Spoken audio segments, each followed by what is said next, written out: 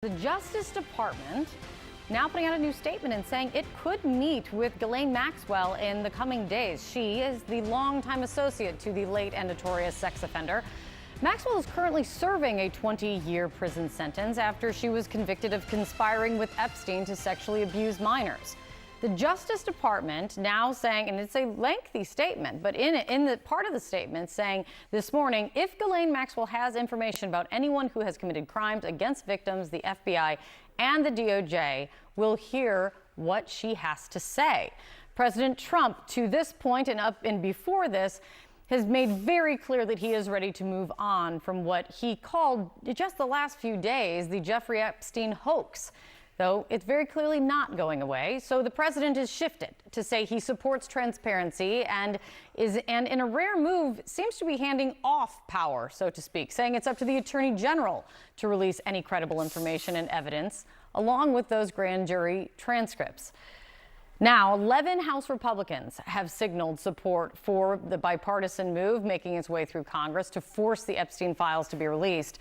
But it's hit a bit of a brick wall right now. House Speaker Mike Johnson on Monday shut down any chance of a vote happening anytime before September. Let's get to the White House for the very latest on this. Elena Trine standing by for us. You brought us this new statement just as it was coming out. What does this new statement from the Justice Department mean?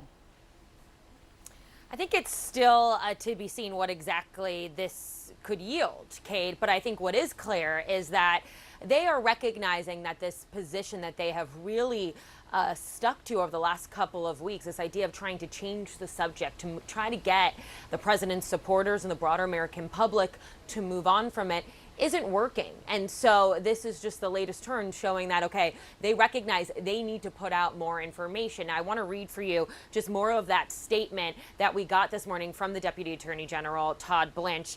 He said, at the direction of Attorney General Bondi, this is a quote, "I've communicated with counsel for Ms. Maxwell to determine whether she would be willing to speak with prosecutors from the department.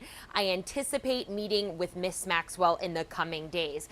And then, Kate, we also got a statement from Ghislaine Maxwell's attorney, David Oscar Marcus. This is what he told CNN. He said, quote, "I can confirm that we are in discussions with the government and that Ghislaine will always testify truthfully.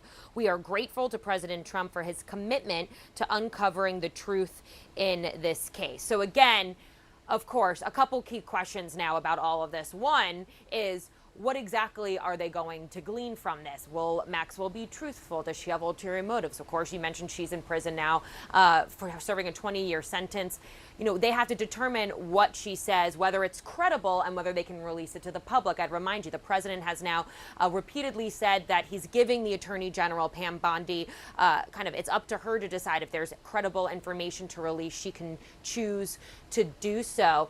But all of this, again, is another question, really, is if this will be enough for the people who have been pushing for this administration to release the Epstein files. That has really been what people have been asking for. You mentioned those Republican members in Congress who are pushing this effort to force a floor vote to have them release these Epstein files. We heard from many conservative Republicans, Trump allies, I should say, Marjorie Taylor Greene, Senator Josh Hawley, saying that they are getting calls, Kate, from their constituents about this, pressing this White House and this administration to be more transparent on the Epstein case. So what I think is very clear from the Attorney General and the DOJ more broadly is doing here is they recognize that their position thus far of trying to get everyone to move on from this, from releasing that memo over 2 weeks ago now saying that Epstein died by suicide, that there was no so-called client list. They recognize that that is not enough, that enough people are now saying we need more in this. This story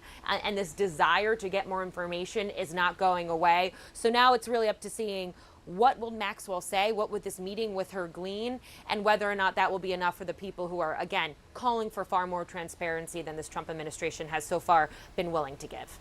Yeah, and how this actually works, because she's like fighting her conviction right now. There would have to be, as Alan Dershowitz pointed out, some level of immunity agreed to. I mean, there's a lot going on here, but fascinating that the Justice Department is opening the door to this now. It's good to see you, Elena. Thank you so much. John? All right, with us now, CNN chief political analyst David Axelrod and CNN political commentator S.E. Cupp. What about this, S.E.? Okay. Asking Ghislaine Maxwell to help bail you out is not the plot twist I saw coming, and that's really interesting. But, I mean, a lot of this has been raised. What's she going to say? Is there going to be a quid pro quo here that makes anything she says not believable? The only thing I do know is that the conspiracy theorist is never satisfied. And MAGA influencers, this administration, created a dependency on this drug that is a conspiracy theory. They did it for Epstein, but lots of other conspiracy theories. And telling them to quit cold turkey does not work. The conspiracy theorist isn't there for answers. They're there for the conspiracy.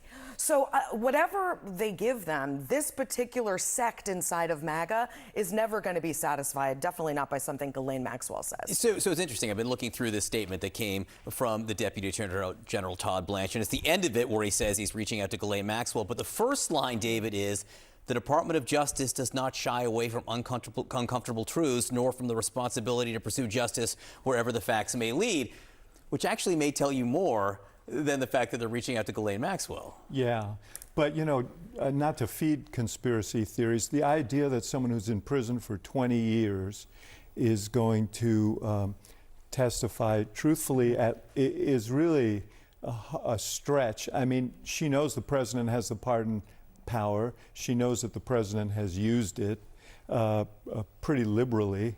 I mean that in a different way. And so there is quite a bit of incentive for her to say what is useful and what is helpful.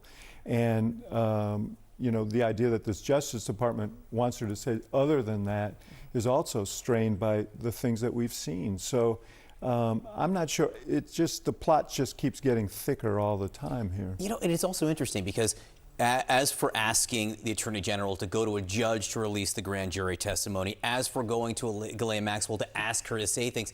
To the Justice Department, right, not to Congress. To the Justice Department, but these are things that the president doesn't control directly. The things that the Attorney General and the president do control are the files and the evidence, which she presumably she could release right now. And suggested she would. Yeah, as he suggested, this is they are hoisted on their own petard or by their own petard, as Shakespeare would say. They created this environment in which, and now the environment is out of control. And that environment in the House of Representatives, Essie, it's possible they'll go home today without voting on anything for the week because House Republicans are in a bind right now. They don't want to vote against releasing Jeffrey Epstein files, right, but they don't want to cross the president, so they may just do nothing? Yeah, but from a PR standpoint, I'm not really sure what Mike Johnson's thinking, Speaker Johnson's thinking, because why would you want to prolong this over an August recess? Get this done, then everyone goes away, and you hope that it maybe gets eaten up by another news cycle. Isn't the answer to that, this is what the president wants him to do? For sure, for sure. Yeah, I mean, sure. The good news is they may get home earlier. The bad news is when they get home, they're going to see a bunch of angry people who have a lot of questions about this. So. Yeah, we just know what we're hearing people from members. They ginned up. I mean, the list of characters you put up from the House of Representatives is not a surprising connection to the constituents that want more of these conspiracies, and they're going to keep asking questions because they conditioned these people to demand it. With us is Congresswoman Nicole Malliotakis, a Republican from New York. Congresswoman, thank you so much for joining us. What do you think of this move by the Department of Justice? And what do you think about calls from some Republican members of Congress, including Senator Josh Hawley, to actually get congressional testimony from Ghislaine Maxwell? Look, I think both are good ideas. I think anything we can do to give transparency to the public is a positive thing here. President Trump ran on being the most transparent president administration.